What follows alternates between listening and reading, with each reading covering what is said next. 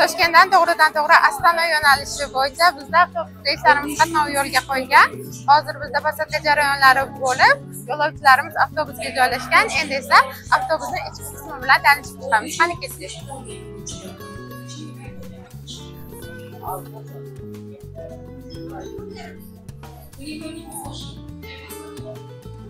Hozir avtobusning ichki qismidamiz, ko'rishingiz mumkin. Yo'lovchilarimiz hali ham joylashish arafasida. O'taymiz.